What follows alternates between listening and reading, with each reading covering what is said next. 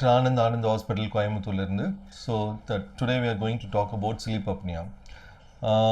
So continuously பேசிட்டு இருக்கோம். sleep apneaங்கிறது தூக்கத்தில் மூச்சு அடைச்சிக்கிறது கரெக்டாக பயங்கரமாக இருக்கிறது. So they able to hear the sound even the next room. So it's a two-way affect the patient actually. One is actually is socially as well as health wise. Actually socially means nobody next to him, so not able to sleep. Grinder மாதிரி ஓடிக்கிட்டே இருந்தால் யாராவது தூங்க முடியுமா? It's not possible at all. So அதனால் எல்லாம் குழந்தைங்க பயப்படுறது, ஒய்ஃப் வந்து பக்கத்துலேயே தூங்காமல் அடுத்த ரூமில் போய் தூங்குறது, இந்த மாதிரி நிறைய சோசியல் லைஃப் டிஸ்டர்பன்ஸ் இருக்குது. ஹெல்த் இஷ்யூ வந்து அவங்களே நெக்ஸ்ட் டே மார்னிங் தூக்கம் பத்தாது, தூங்க ஆரம்பிச்சிருவாங்க, கார் ஓட்டும் போது தூக்கம் வரும், ஸோ ஆக்சிடென்ட் ஆக சான்ஸ் இருக்குது. ஸோ அதனால் கண்டிப்பாக ஸ்லீப் அப்னியாவில் வந்து ரெண்டுவே இருக்குது. ஒன்று வந்து டாக்டரை பார்த்து எந்த இடத்துல அடைப்பு இருக்குதுன்னு சொல்லி பார்த்துக்கணும். மூக்கில் அடைச்சிருக்கலாம், ஈஸியாக சரி பண்ண முடியும். தொண்டையில் அடைப்பு இருக்கலாம், ஈஸியாக சரி பண்ண முடியும். இல்லை சிபேப்புங்கிற ஒரு மிஷின் இருக்குது, அந்த மிஷினை யூஸ் பண்ணி நைட்டெல்லாம் தூங்கினா டெஃபினட்டாக அவங்களுக்கு ஸ்னோரிங் இருக்குது சான்ஸ் இல்லை.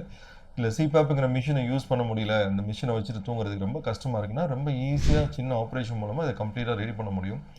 ஸ்லீப் அப்னியாவை அலட்சியப்படுத்த வேணாம். நவடேஸ் ஒரு பெரிய ஹெல்த் இஷ்யூ. கண்டிப்பாக சரி பண்ணால் ஹார்ட்டை காப்பாற்ற முடியும், ஃபேமிலி லைஃப்பையும் காப்பாற்ற முடியும். தேங்க்யூ.